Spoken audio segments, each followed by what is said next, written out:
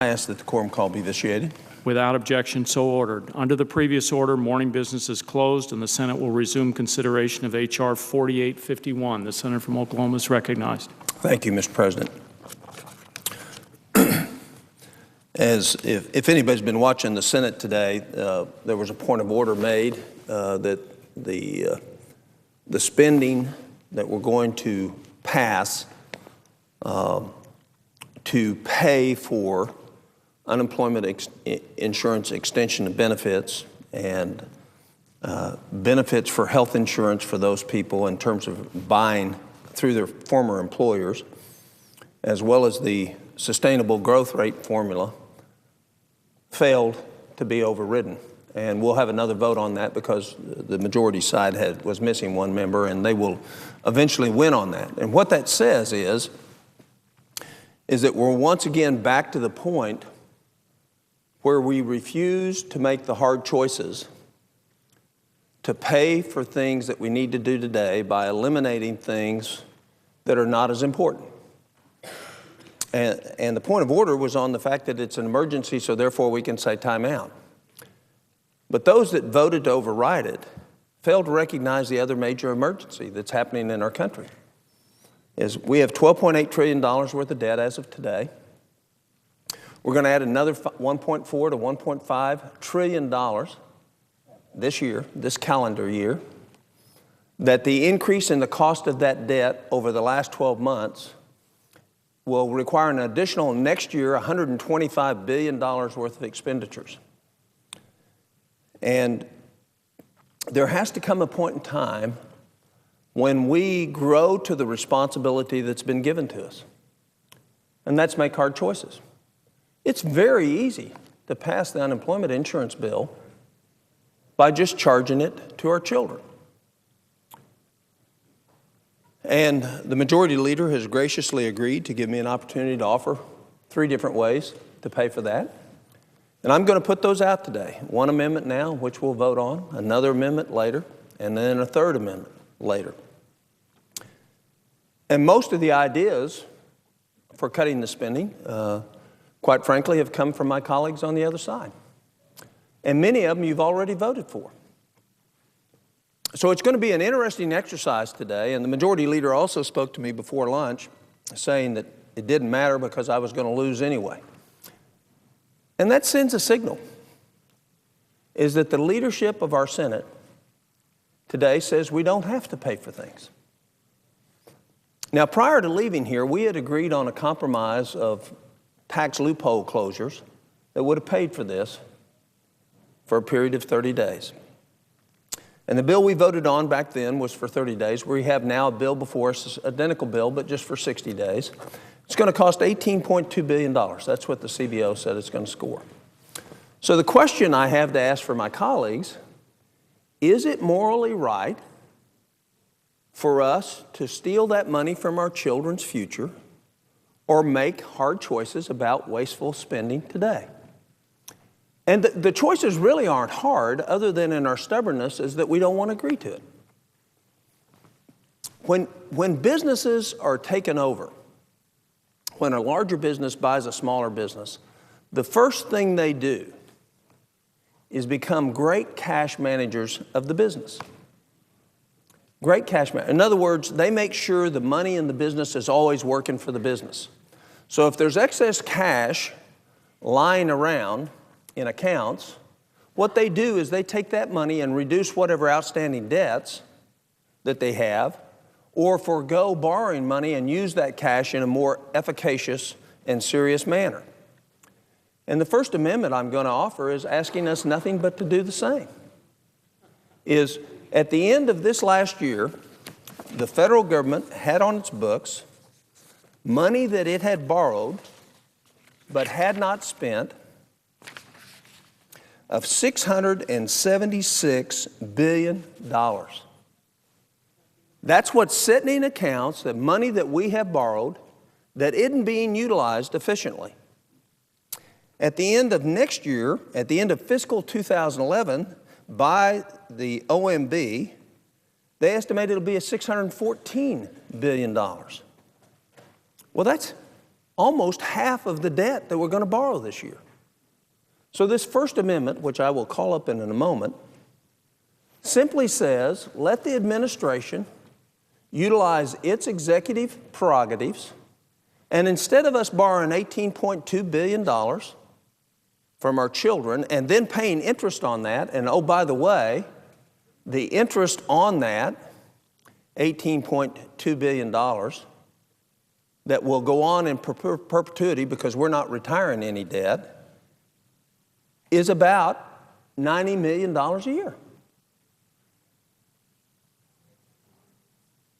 Pardon me, $900 million a year. Almost $1 billion a year. So why would we borrow money when we have money sitting that's not being utilized effectively and pay almost $900 billion every year from now on, 900 million, pardon me. It's hard to get the millions, billions, and trillions straight. Why would we borrow again next year an extra $1 billion to pay for the money we're going to borrow to fund this program? And let me give an example of where this money lies. In our own accounts, to run the legislature, we have $1.45 billion sitting that's unobligated. In other words, it hadn't been promised to do anything. It's just sitting there. It was sitting at $1.876 billion at the end of last fiscal year. It's projected to be $1.481 billion this next year. So we're bumping along, keeping that money in the bank, not using it. Department of Agriculture, $20 billion. Estimated in 2011 to have still $12 billion sitting in an account that we're paying interest on that's not being utilized. Not obligated for anything at the time, unobligated. Actually, what all these figures show when you total them all up, the $614 billion, is that we're sending money so fast to the agencies they can't spend it. In other words, we're throwing money at the agencies far faster than they can spend it, and it would be wise and prudent of us to send less money, still with the same rules, still with the same instructions, and utilize our money better. The chairman of the House Appropriations Committee, Congressman Obey, has already agreed to do that on a summer jobs program in certain accounts. So the idea behind this amendment is to take some of the $1 trillion that's sitting in accounts that is not obligated. In other words, it won't be utilized this year, it won't be utilized for at least 2 years, and utilize that rather than charge our children. And I've used Madeline's picture a lot, but I don't think you can utilize this picture. This little girl was caught on the street outside of Washington, protesting. Now, obviously, her parents put it up to it, but her parents are pretty astute. And at the time, she's wearing a sign that says, I'm already $38,375 in debt, and I only own a dollhouse. Well, at the end of this fiscal year, she's going to be $45,000 in debt. And she still only owes a dollhouse. Why would we want to add to that? Why do we want to do that? This bill adds $500 for every man, woman, and child in this country.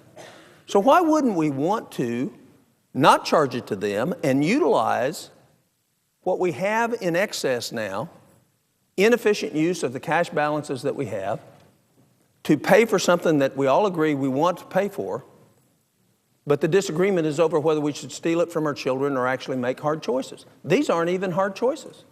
These are easy choices. We were told when we came to an agreement prior to the April recess that the reason this wasn't acceptable in the House is they didn't want to set the precedent to start paying for things when we're spending money. Well, I would put forth that the American people are ready for us to start doing that. They're ready for us to start making tough choices. They think we need to make tough choices. And when we're spending out of every dollar we spend, we're borrowing 43 cents against the future. That's what happened last year. That's exactly, it'll actually be probably higher this year, maybe not. But somewhere about 43 cents out of every dollar the federal government spends is borrowed. Should we at any time, is there a time that we should stop and pause and say, maybe a review is in order of our priorities at looking at the priorities of the federal government? And I know that builds a lot of resistance in this body. But what I would like for somebody to tell me is, when is that time? Is it when the Chinese won't buy our bonds anymore? Do we wait for the firestorm to come where we're at critical mass and then the choices are limited and few? Or do we start making the proper decisions now and live up to the authority that has been given to us and the responsibility? You know, there's a saying that says the easiest thing in the world is to spend somebody else's money. I also think it's the most addictive thing in the world. And I think that we can see that. And that doesn't matter whether it's Republicans are in charge or Democrats are in charge. We've not seen the kind of behavior in Congress that's going to get our country out of the financial problems that we face. So in terms of a almost $4 trillion budget, $18 billion doesn't seem like a lot. But if you keep doing that every 60 days, in a year you've done over $120 billion that you're going to add to the debt. And then our kids are going to get to pay it back, but they're going to get to pay it back on compounded interest. The interesting thing I find is what the OMB and the CBO all agreed to. Actually, CBO came out with the latest numbers. We're going to borrow $9.8 trillion if we don't change things over the next 9 years. And fully 50% of that is going to be borrowed money to pay interest on the money we've already borrowed. So shouldn't we do what is right for the unemployed, but also what is right for the Madeleines of this world in terms of protecting their future?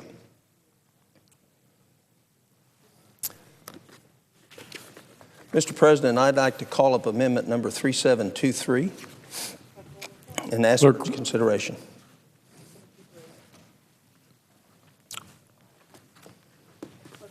Clerk will report. Senator from Oklahoma, Mr. Coburn, proposes an amendment number 3723. At the end of the bill, insert the following section: rescission of unspent and uncommitted. I ask the unanimous consent the bill be considered as read. Without objection, so ordered. So the question is this. Here's a fairly painless way, just better efficient management of the monies that we have, of paying for this needed program without charging it to our children. We don't have to go to the bond market to borrow more money. We don't have to incur an additional $900 million a year in debt. Tremendous benefit to those that follow us. The question is when will we decide to start being responsible? You know, I'm going to be offering 2 other amendments, if this one is not agreed to, that'll give specific choices. And you wait to see the howling.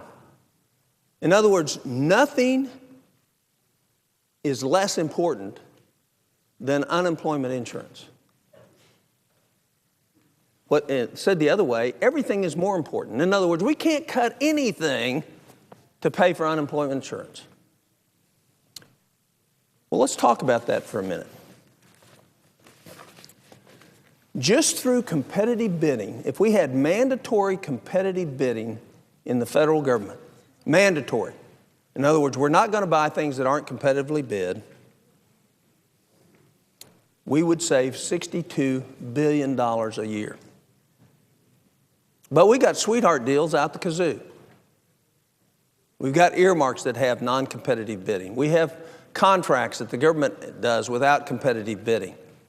We could save $62 billion a year just in instituting competitive bidding. Here's some examples. recently reported that the Defense Department awards no-bid work to small contracts for repairs at military bases, costing taxpayers $148 million more than if they were competed for. That's in 1 year, just on repair contracts. That's just on repair of small items on military bases. We could save $148 million a year. Federal funds were spent by the state of Wisconsin, $47.5 million, on 2 Spanish-made passenger trains. No competitive bid. Federal funds going to Wisconsin, no competitive bids. The Legal Services Corporation. 37 out of the 38 consultant contracts had not been competitively bid. Department of Interior Inspector General issued a report on sole source contracting within Department of Interior. Total savings, $44.5 million had they used competitive bidding. And if you go through all the agencies, what you come up with is a potential savings of billions and billions and billions of dollars. Matter of fact, enough to extend this same bill for 7 months, just if we used competitive bidding. But that isn't going to be considered important. It's going to be too important to do that, so we'll just borrow the money from our children. Let's look at ourselves. In 2010, the legislative branch received $4.7 billion in discretionary funding, a 6% increase over last year. You know many other people who got those kind of increases that work in small business, private enterprise, in a down economy? Just last year and this year alone, every day, without this bill, we're adding $4.3 billion to our debt a day. Is that an emergency? I think that's the real emergency, is that we are absolutely stealing opportunity from our children and grandchildren.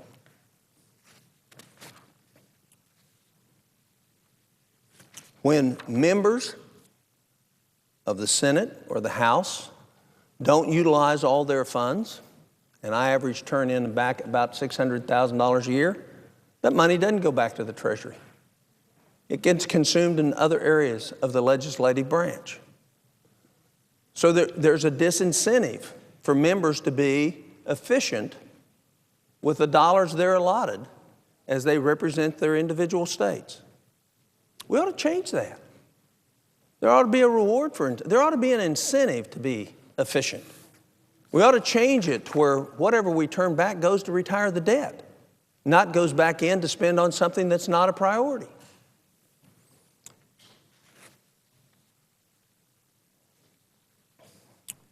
If you look at the Department of Agriculture, which one of my amendments will have some recommended eliminations, there's hundreds of millions of dollars that are wasted every year. But when we offer an amendment that's going to have a program that both the Bush administration and the Obama administration has recommended being removed, we're going to have people say, oh, no, you can't do that.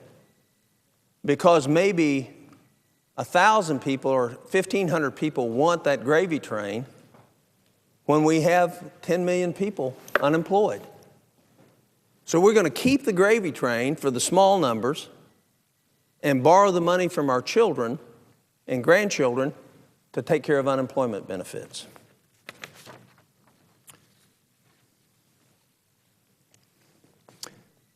In 2009, the Department of Agriculture made errors in payments, overpaid by $4.2 billion in that year alone. Think about that.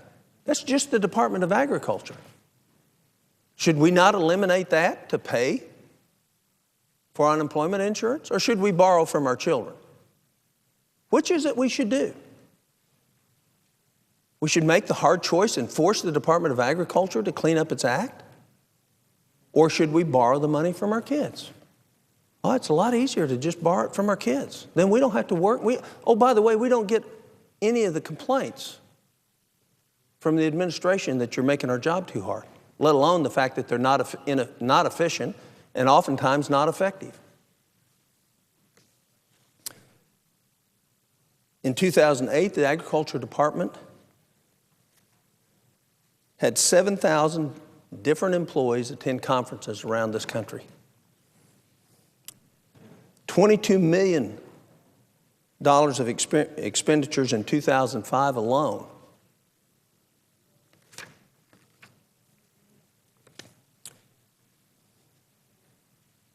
The USDA is ranked among the 4 worst federal agencies in paying its travel credit bills on time.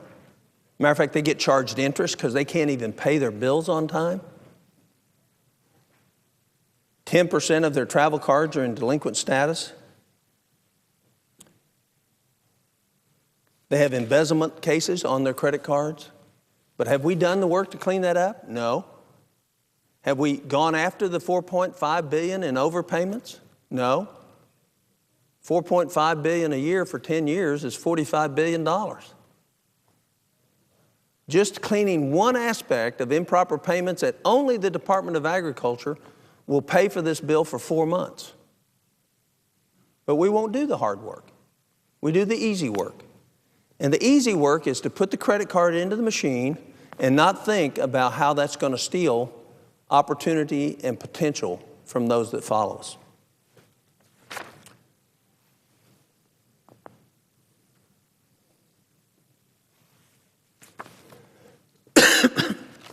Department of Defense. Everybody says, well, you can't go after the Department of Defense. And my question is, why not? They're the only federal government agency that can't even come close to an audit anywhere. We can't even audit their books. They're in such a mess. But what we do know is that we can save at least $36.5 billion from the Department of Defense by putting in competitive bidding, by making cogent management changes that every small business in this country runs on, and the practices that are there, but it hadn't been changed. Yet we haven't insisted it be changed. We haven't limited funding in areas that are non-critical to our troops to force the Department of Defense to come up and save this $36.5 billion. 10 to 15% of everything that's spent in the Pentagon is wasted. Why wouldn't we go after that? Because somebody will accuse us of not supporting our troops? Well, who are our troops? What are they fighting for? They're fighting for the future for their kids in our country. And yet we refuse to look where the payments can be made in a way that are more efficient, and elimination of waste and fraud, institution of competitive bidding, so that we're not borrowing $18.2 billion against our kids and grandkids. Why do we refuse to do that? Is it too hard? Do we love our jobs so much that we love our jobs more than our children and our grandchildren? I don't think that's the case. I think the case is that we're focusing on the wrong emergency. The emergency in front of us is that in 2020, we're going to have a debt to GDP ratio of 90 to 100%. Every economist in the world will agree that that will suppress our potential growth by at least 2% a year. So we become in a downward spiral. When you have that kind of debt to GDP, what happens is the debt service, the money that pays the interest, is not available to invest in capital equipment to grow jobs, to improve efficiencies, to expand our nation's economic base. And we're adding to that problem by being irresponsible in terms of paying for an $18.2 billion program. Over the past 4 years, I've identified in the federal government waste, fraud, abuse, and duplication in excess of $350 billion a year. And when I bring those amendments to the floor, they get voted down, not because they disagree with them, but because we don't have the political will to make the hard choices. The Congress, in a historic move, passed a health care bill that's going to continue to allow $150 billion of fraud a year to come out of Medicare and Medicaid. We didn't do anything to fix it. There's no significant changes in the health care bill that will address a source of $150 billion in losses. Why? Because it's too hard? Kids aren't important?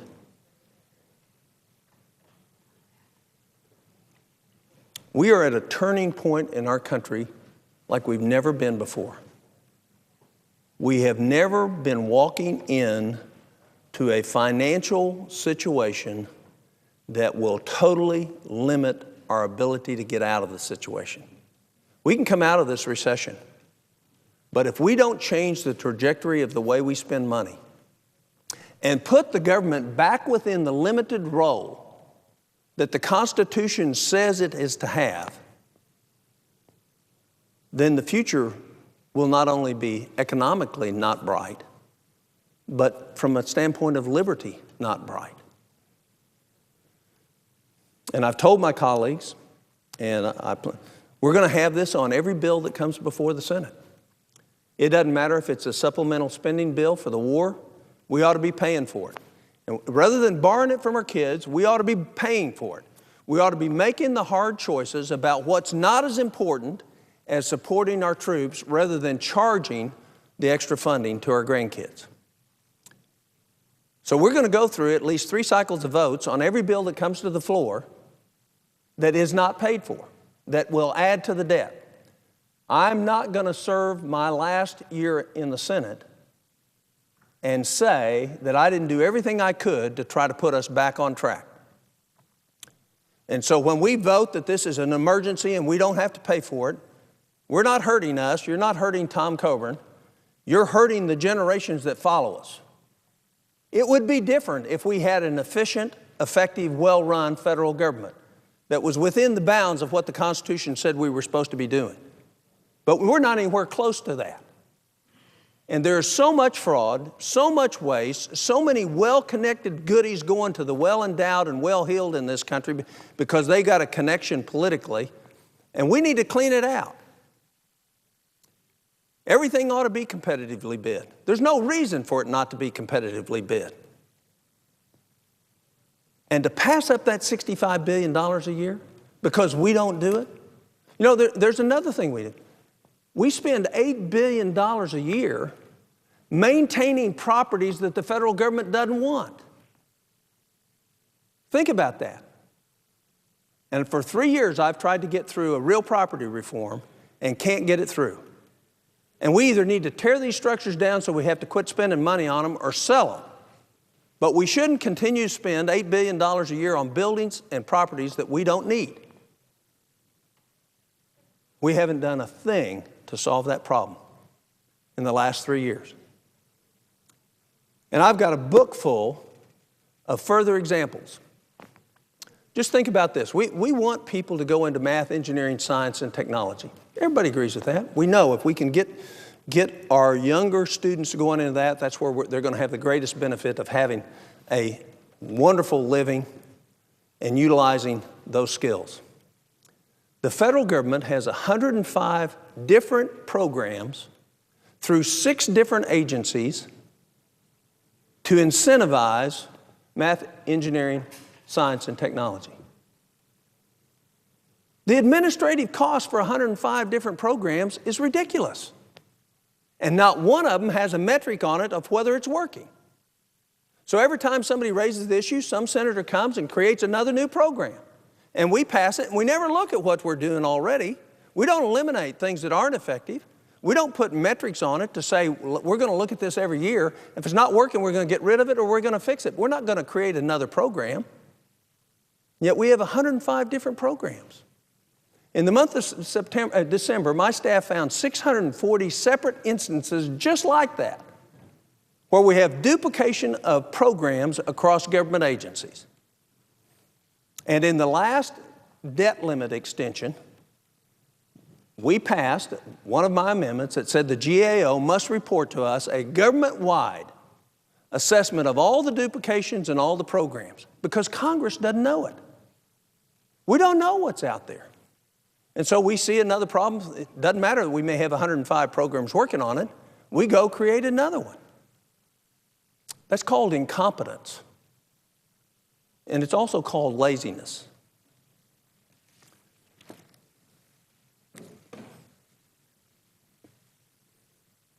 Just inside the Department of Education, just inside, there's 230 duplicative programs and $10 billion in waste, fraud, and mismanagement at the Department of Education. 230. Why? Because we refuse to do the hard work of oversight? So when we vote on this amendment, what we're going to be voting on is whether or not we have the courage to start making choices.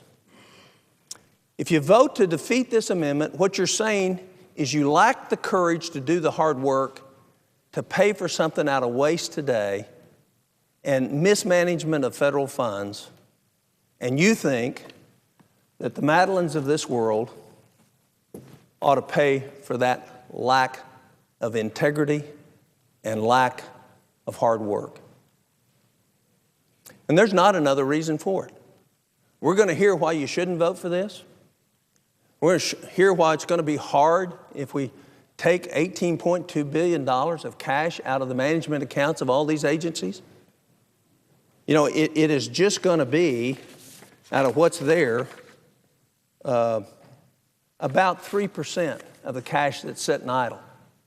About 3%, and of what would be idle in 2011. What's idle this year, it'll be less than 3%. It'll be about 2.5%. And yet we're going to vote it down. We're going to vote it down because we care more about making a political point than doing the hard work of getting our country back on track. And we don't have forever to get our country back on track.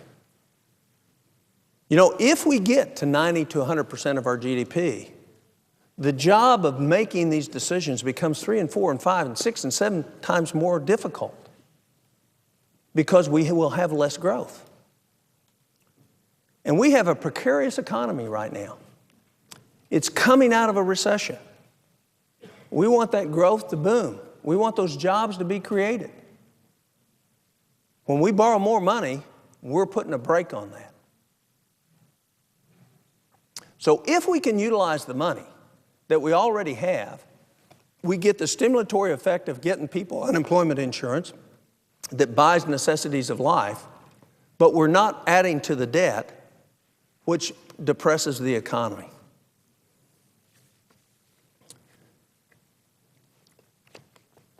Mr. President, I'll close for right now on this amendment, and I will, at the time that's agreeable to the majority leader, ask for the yeas and nays and notice the absence of a quorum. Clerk will call the roll.